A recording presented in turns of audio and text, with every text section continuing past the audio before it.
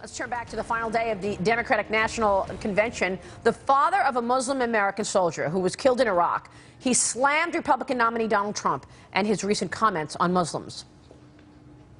Donald Trump, you're asking Americans to trust you with their future. Let me ask you, have you even read the United States Constitution? I will gladly lend you my copy.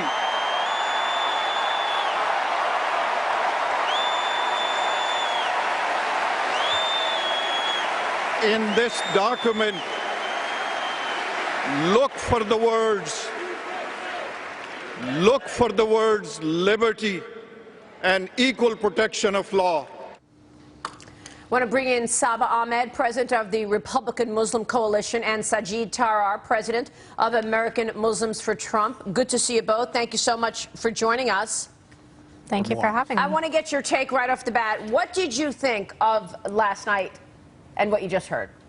I thought it was fabulous. Donald Trump caused all the Democrats to bring out their Muslim supporters. For the past several years, we've had lots of comments against Islam and Muslims, but we've never seen Democrats talk about it. They've always silenced Muslims. And so it was nice to see Muslims on stage. But at the same time, I thought it was all thanks to Donald Trump. Had he not talked about the Muslim ban, there would be no Muslims on stage. All right, so you just like the fact that the conversation is there and it's taking place. Yes, of course. I think the Muslim American community is coming to the forefront, and I'm glad.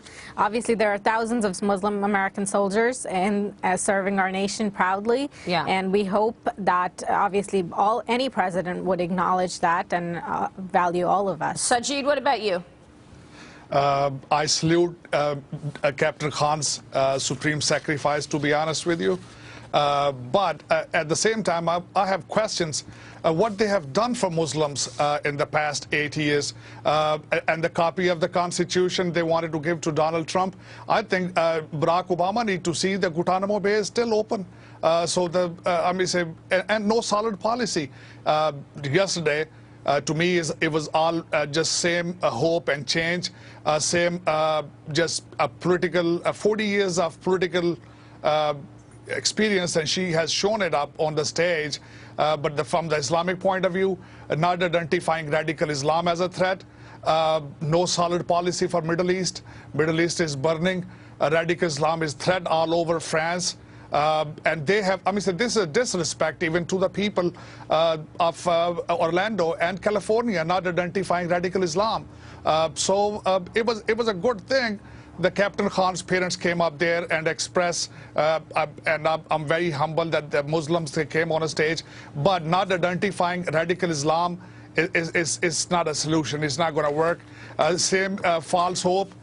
And it was all celebration. It seems like Alice in Wonderland, like a Disney show. This is a really important point that you're making, because we really don't hear from the Muslim community enough in terms of denouncing the atrocities. Well, of course we denounce them specifically. Yes, of course you do. I know. I'm just saying it's important for your voice to be heard. Definitely, and I hope Democrats will also bring those voices out. I think, we've seen Obama's failed foreign policies in the last several years, and yesterday we saw establishment politicians just continue that. I don't see Hillary Clinton changing anything. They've been in office for the last 8 years, and they've caused the ISIS mess, and hurt many American lives all around the world. And I think going forward, it's important to see strong leadership coming from Republicans. National security and defense is a top priority for us, and we have to have a president who understands the threats and who knows how to deal with them, working with Muslim Americans in partnership. And who do you think that is? Do you think Donald Trump understands? I think so. Yeah. I will look forward to seeing Donald Trump in office. I think he comes across as a strong leader. We have seen failed, weak leadership coming from Obama. He talked all about hope and change, and we have yet to see anything changed in Washington, and there is no hope. Yeah. And so I really look forward to Republicans taking the White House and providing a better vision for America and getting our world leadership status back. Yeah. I mean, Americans used to be known for enforcing their red lines. Obama talked about Syrian red lines, and he never enforced them. 400,000 people died in Syria in the last few years, and he did nothing. And that really, that certainly alienated a lot of our friends in the Muslim world, actually. Here's Julie Roginski. Go ahead. Saeed, I'm trying to figure out how you can reconcile Donald Trump's initial first ban on many Muslims coming here. Now he's expanding it to territories that have faced terrorism, which to me is... but let me just finish, which to me includes Europe. It includes parts of the Middle East. Obviously, it includes Israel. It includes even this own country where we've had terrorism here. How do you reconcile that? And obviously, both of you are Muslim, with support for Donald Trump. Sure. Well, I think a blatant religious discrimination ban is unconstitutional and illegal. But at the same time, vetting every single person who's coming to the United States is very important. Obviously, we shouldn't make the criteria being the religion. We should be very serious about not allowing anybody from state sponsors of terrorism. We don't want to see more terrorists in the United States. And I do agree with Donald Trump on having a strict immigration policy, which checks every single person that comes into the country. And territory-wise, yes, I think there is already countries that don't allow it, and expanding that is perfectly all right.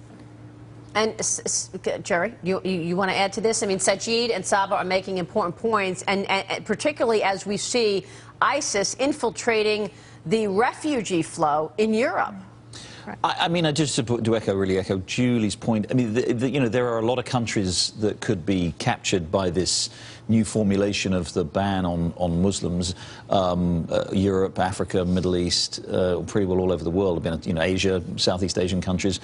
It does essentially amount, doesn't it, to a ban on Muslims entering the country, which, as you've just said, is probably unconstitutional. So is it the case that the only saving grace in Mr. Trump's policy is that it's actually unconstitutional, and the Supreme Court would rule it out at the first opportunity? Right, exactly. So we want to make sure he enacts policies that won't be unconstitutional, and we hope that he obviously has a stricter immigration policy about anyone coming from terrorist countries. We don't want to see more terrorism, and we want to make sure that our country is safe, and America is the great country that it's always been. All right, we will leave it there. Saba Ahmed, Sajid Tarar, we appreciate your time this morning. Thanks so much.